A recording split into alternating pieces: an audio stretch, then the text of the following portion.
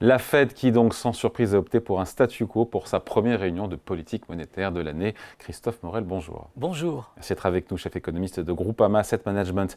Est-ce que cette pause monétaire déjà, est-ce qu'on peut dire qu'elle est légitime?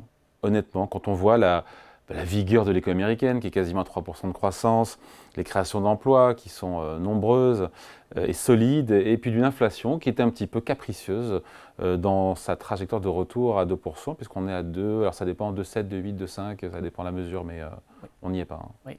Alors pour répondre à votre question, oui, elle était légitime. Il y a eu une fenêtre d'opportunité de baisse des taux au quatrième trimestre de l'année dernière, et là, cette fenêtre d'opportunité s'est refermée. Et le message de la Fed... Il y a eu 1 point de pourcentage de baisse de taux de la Fed. Oui. Et le message de la Fed, là, du coup, il est très clair. Il est urgent de ne rien faire. Surtout, ne plus bouger. Alors, pourquoi ne plus bouger? Parce que, quand même, sur la désinflation, il y a une pause. On est à 2,9. Enfin, le chiffre, c'est 2,9% en glissement annuel au mois de décembre. Oui, mais globalement, c'est un chiffre qui ne va pas beaucoup bouger. Ouais. Et surtout, si dans une situation dans laquelle il y a une très forte incertitude, je répète, il ne faut surtout pas bouger. On a senti la Fed moins confiante sur l'inflation hier. Oui, elle est moins confiante. Enfin, en tout cas, Powell dit... Il ne sait pas. Maintenant, il reconnaît que le prochain mouvement, probablement, ce sera quand même une baisse des taux. C'est-à-dire que lui, il s'attend à ce que le processus de désinflation se poursuive. Mais quand? C'est quand? Combien de temps elle peut durer? Elle va durer cette pause? Ça se trouve, il a donné des indices. Non, il ne sait pas. Lui-même, Jérôme Powell, il ne sait pas en fait. Non, il va surtout pas s'engager. Moi, j'ai plutôt l'impression que ça va mettre beaucoup de temps. Alors, il y a la désinflation, il y a un stop sur la désinflation. Les incertitudes qui sont élevées. Donc, surtout, quand on ne sait pas, eh ben, il est urgent de ne pas bouger. Puis il y a aussi, je pense, un argument qui est peu évoqué, qui est l'instabilité financière. Ça a été relativement peu relayé, mais finalement, lorsque la Fed a publié ses minutes, il y a une quinzaine de jours du précédent comité de politique monétaire, elle a posé le diagnostic d'une survalorisation sur les actifs risqués. Et donc, quand vous avez comme ça une survalorisation sur les actifs risqués, il ne faut pas non plus trop baisser les taux d'intérêt parce que vous risquez de réalimenter justement la hausse sur les actifs risqués. Donc, surtout ne pas bouger.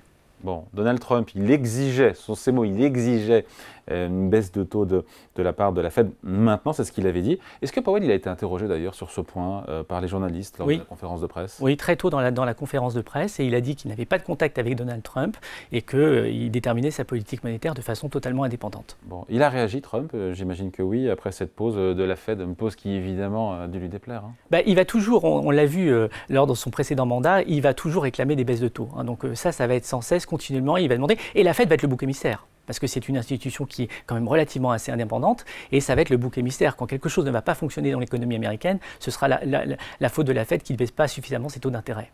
Après, on se met à la place des banquiers centraux. Je crois comprendre qu'ils ne font pas de politique, ils sont indépendants du pouvoir politique, donc ils attendent de voir finalement, et il l'a dit, Jérôme Powell, de voir comment le programme, les promesses de campagne, comment elles seront mises en place, oui, non, à quel degré, dans quelle séquence, et voir derrière dans quelle mesure ça a un impact ou pas sur l'économie américaine. Après, c'est assez prosaïque. Hein. Oui, alors il ne fait pas d'hypothèse, mais dans la conférence de presse, il y a un sujet qu'il a évoqué, manifestement qui l'intéresse, c'est celui de l'immigration. Parce qu'il reconnaît qu'il y a en ce moment, donc dans le secteur de la reconstruction, il est en train de sortir du rouge, il y a des difficultés de recrutement dans ce secteur. Il reconnaît aussi que les flux migratoires, il y a une pause qui n'est pas récente, ça avait déjà démarré un peu plus tôt en 2024.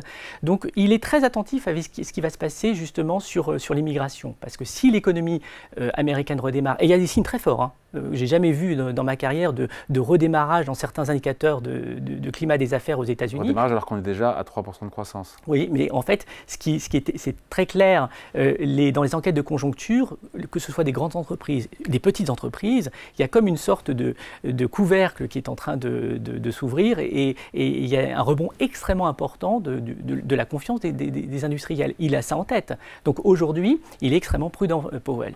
Bon, combien de temps va durer, selon vous, cette pause monétaire? Il y a une repose en mars. En mars, il ne bougera pas assez tôt. Oui, il l'a dit à peu près. Voilà. Après, on peut envisager des baisses sur le mois de mai, de juin. C'est trop tôt. Non, c'est trop tôt. Parce qu'il a d'ailleurs essayé... Trop tôt pour le savoir ou trop tôt pour... Non, je pense que c'est trop tôt aussi parce qu'il a dit en fait que, bon, pour baisser, il a besoin d'une chose, c'est que ça continue dans la désinflation. Mais ce n'est pas seulement un chiffre dont il a besoin. Il a dit, il faut que je révise, au fond c'est ça, je révise à la baisse ma prévision d'inflation à 12 mois. Donc on sent en fait que là, d'abord ça veut dire rendez-vous à des moments particuliers, c'est lorsque la Fed publie ses prévisions de croissance et d'inflation. Et c'est quand ça? Là, après, c'est à peu près tous les trimestres. Ouais. Voilà, donc la prochaine, ce sera en mars. Donc, on voit bien qu'il est en train de... Il allonge son horizon, voilà, et est en train de gagner du temps. D'accord. Donc, selon vous, la pause monétaire va durer au moins sur le premier semestre? Au moins sur le premier semestre, voilà. Et à nouveau, si les signaux qu'on a sur l'économie américaine sont confirmés, des signaux très très forts, cette baisse de taux n'est pas acquise. Voilà. Donc, la pause monétaire peut durer longtemps. Elle peut durer toute l'année? Elle peut durer toute l'année, bien sûr. Sans exclure non plus, mais après, on prend toutes les hypothèses, on n'exclut pas non plus, certains le disent, une possible hausse de taux de la Fed quelque part au second semestre. Alors, la barre est haute. Il ne l'a pas évoqué. Hein. Non. Et là, je pense que la barre est très très haute pour que la Fed remonte ses taux directeurs pour deux raisons. Le premier, c'est un argument de crédibilité. C'est-à-dire que quand vous avez baissé, vous ne remontez pas tout de suite. Ouais. On voit d'ailleurs, il y a un vrai changement dans la politique monétaire à partir des années 90. Autant dans les années 70 et 80, on pouvait baisser les taux d'intérêt, les remonter, enfin quelque chose qui était très très volatile. Là, en général, on prend son temps. Et puis, il y a l'argument, je le répète, de la stabilité financière. Parce que quand vous avez un diagnostic qu'il a rappelé hier d'actifs risqués qui, au regard de plusieurs métriques, sont très, très valorisés, eh bien, surtout, vous ne bougez pas. Parce que si vous baissez, vous risquez de réalimenter cela. Et si vous montez, vous risquez de créer une rupture. Donc, vous ne prenez pas de risque. Donc, quel est votre scénario, vous, en termes de politique monétaire sur 2025 par rapport à ce qu'attend le consensus de marché? Alors, en fait, on a un scénario qui est resté absolument inchangé depuis plusieurs trimestres. C'est-à-dire on avait une cible sur les Fed Funds qui serait là à 4,25%. Donc, on la maintient. Donc, encore une baisse qu'on met plutôt au second semestre. Et derrière, le risque, à nouveau, je le répète, c'est que de ne pas avoir cette baisse des taux si jamais on a une accélération conjoncturelle qui se confirme. Ça, c'est votre scénario. Et oui. que dit le marché, lui? Le marché est pas. Maintenant, il a beaucoup bougé. Il a beaucoup bougé. Je dirais même que c'est une vraie capitulation. C'est-à-dire il a capitulé, et c'est cette capitulation sur la politique monétaire. Il y a 3 ou 4 baisses de taux en début d'année. Hein. Ah oui, il a fait des allers-retours à plusieurs reprises, mais effectivement des 4 baisses de taux. Voilà. Et donc il y a une capitulation, et c'est ce qui a provoqué d'ailleurs le mouvement sur les taux longs. Parce que forcément, si le marché devient convaincu que les taux courts vont rester plus haut plus longtemps, par arbitrage, il y a un moment donné, les taux longs doivent remonter. Et c'est ce qui s'est passé. Et donc aujourd'hui, le consensus de marché voit quoi sur 2025? Encore une baisse. Ah comme vous. Oui, voilà, c'est ça. Voilà, le marché aujourd'hui s'est ajusté. Mais rien n'est moins sûr non plus. Ça, il faut dire, c'est que tout ça est très instable. Tout ça est très instable. Surtout, il faut attendre les mesures, les Trumponomics. Voilà. Ce week-end, on en saura peut-être un peu plus sur les tarifs, sur les droits de douane, sur le Canada et le Mexique. Exact. Voilà. Donc on en saura un petit peu plus. Parce qu'il avait dit à partir du 1er février. Exact. Ah oui, c'est juste. Voilà, c'est ça. Bon, on va rentrer dans le dur. Hein. Voilà, c'est ça. Exactement, on va savoir.